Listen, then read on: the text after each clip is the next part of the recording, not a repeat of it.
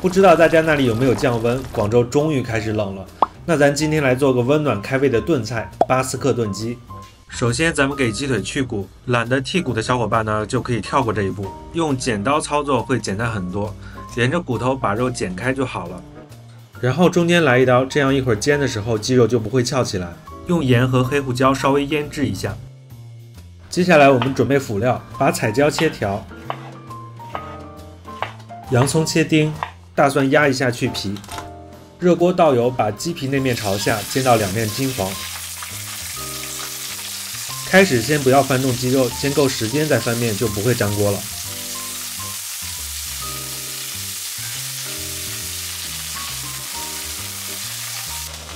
不用洗锅，倒入刚才切好的配料，炒到微微变软。哇，这个颜色真的很漂亮，很像北京的秋天。然后淋入2圈白葡萄酒，加一点甜椒粉。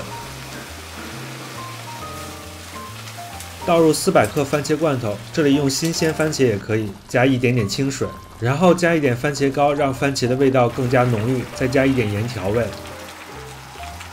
放入百里香和2片香叶，最后把煎好的鸡肉放入锅中，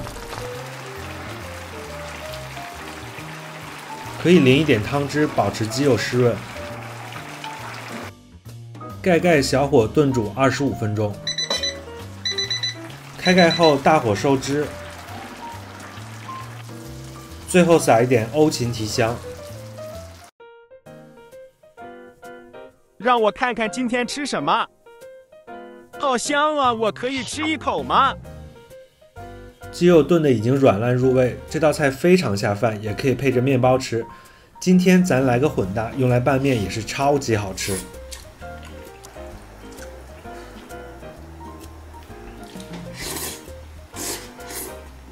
好了，我是小北，记得点赞、关注、收藏，我们下期再见，拜拜。